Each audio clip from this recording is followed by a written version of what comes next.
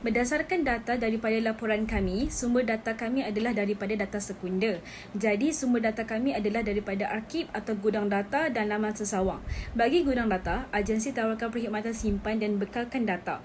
Kami juga peroleh data dengan cara melayari laman sesawang dan data tersebut boleh dicapai oleh semua pihak. Jenis data dalam laporan kami adalah berbentuk data berstruktur. Data berstruktur adalah kuantitatif dan kualitatif. Ia terbahagi kepada data diskrit dan data selenjar. Data diskrit terdiri daripada bilangan yang menjadikan integer sebagai nilai data, manakala ordinal boleh disusun secara tertib. Data selenjar terdiri daripada selang nisbah dan ianya berbentuk skala nombor.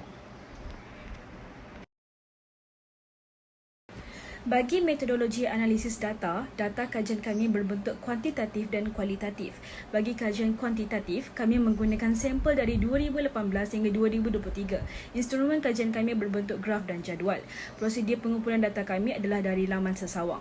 Prosedur analisis data kami adalah dalam bentuk Power BI. Dalam kajian kualitatif, kami mengambil data mata wang daripada dua buah negara iaitu Thailand dan China. Kami mengumpul data dengan cara mengeksport sumber data dari bank negara. Cara kami analisis adalah kami menerangkan kaedah menganalisis data kajian. Untuk mengkaji impak ketidaktentuan geopolitik atas mata wang dunia, kumpulan kami telah memilih dua negara iaitu Thailand dan China. Berikut merupakan sedikit latar belakang mengenai dua negara tersebut. Thailand adalah seluas 513.120 km persegi, manakala China berkeluasan 9.6 juta km persegi. Thailand dan China merupakan negara berkembang dan pesat membangun. Populasi negara Thailand ialah sebanyak 71.8 juta, sedangkan China merupakan negara besar yang berjumlah penduduknya mencecah nilai 1.3 bilion.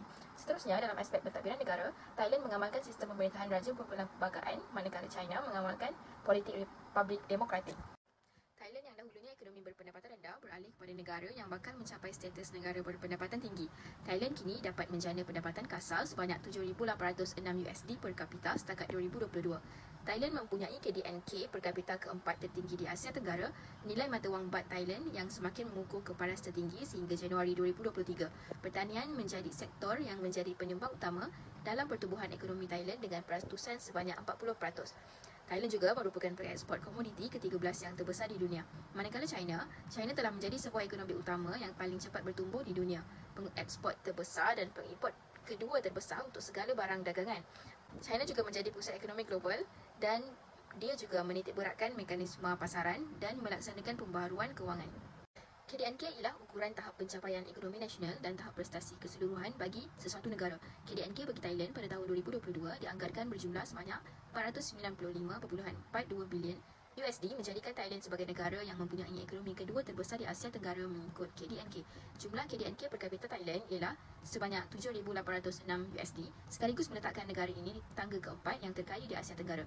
Manakala China mencatatkan KDNK sebanyak RM75.4 trilion Malaysia, dan jumlah KDNK per kapita unjur adalah melebihi 52,321. Ekonomi China adalah ekonomi kedua terbesar di dunia, yang mana jumlah jualan runcit sosial China merekodkan sebanyak 29 trilion pada 2021 yang memberi peratusan besar terhadap pertumbuhan ekonomi negara mereka iaitu sebanyak 79.1%. China mempunyai KDNK nominal ketiga terbesar di dunia dengan 33.54 trilion yuan.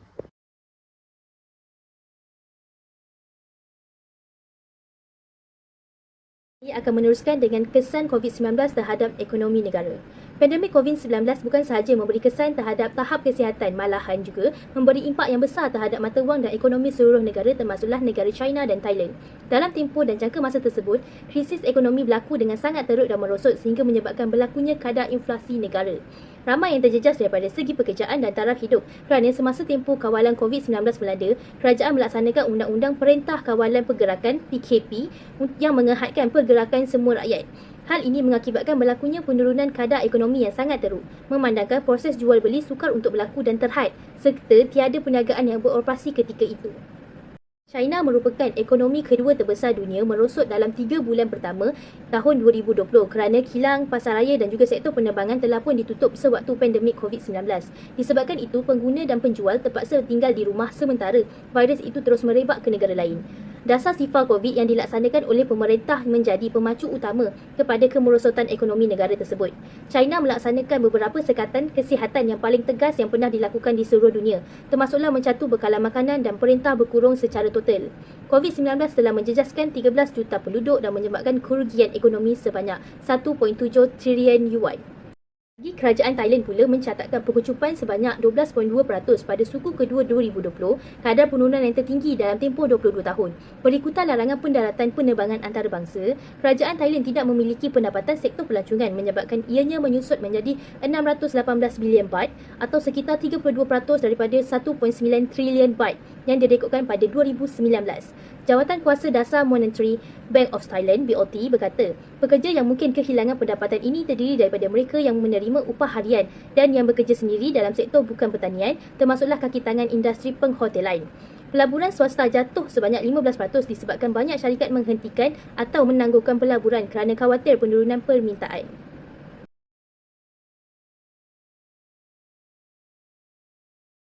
Chinese Yuan CNY berada di tangga kedua daripada 10 mata wang yang paling bernilai di dunia untuk didagangkan. Hal ini kerana China merupakan ekonomi kedua terbesar di dunia berdasarkan KDNK. Menjelang akhir tahun 2023, pengukuhan mata wang China membentuk keyakinan pasaran yang kukuh terhadap potensi pemulihan ekonomi China. Momentum menaik mata wang China ini berkemungkinan akan berterusan untuk beberapa bulan akan datang. Walaupun masih bergelut dengan kesan wabak COVID-19, pemulihan ekonomi China yang ketara sejak suku ketiga tahun 2023 telah kembali menstabilkan mata wang Chinese Yuan. Baht Thailand THB merupakan mata wang ke-10 yang paling kerap digunakan di dunia dan salah satu mata wang yang paling kukuh di Asia Tenggara. Baht kini berdiri sebagai aset selamat ataupun mata wang yang cenderung kekalkan atau tingkatkan nilainya ketika berlaku ketidaktentuan pasaran. Namun begitu, pada Jun 2023, pasaran saham Thailand adalah antara yang terburuk dalam kalangan negara Asia. Krisis ini dapat diatasi semula apabila Baht Thailand pulih daripada kerugian awal dan kembali menerjui peningkatan dengan catatan kenaikan sebanyak 0.4%.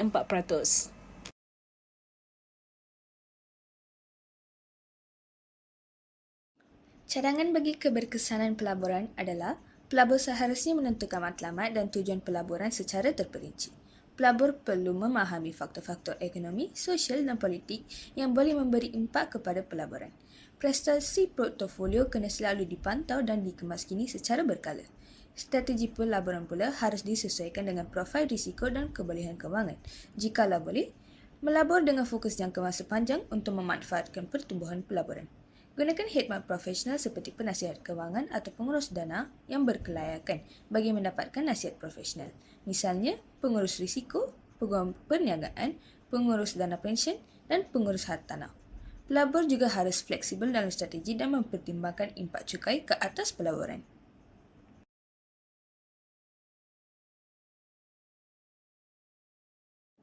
Kesimpulannya, pandemik COVID-19 dan isu-isu geopolitik telah memberikan impak yang mendalam kepada mata wang dunia, menyebabkan ketidakstabilan dan ketidakpastian di pasaran kewangan global. Ketidakpastian dalam politik dan konflik antarabangsa seringkali berpengaruh terhadap pasaran mata wang. Konflik perdagangan antara negara-negara besar, sanksi ekonomi dan kebimbangan geopolitik dapat menyebabkan fluktuasi nilai mata wang. Pelbagai langkah mengatasi kemelut dan monetari telah diambil oleh kerajaan dan bank pusat untuk menangani kesan pandemik.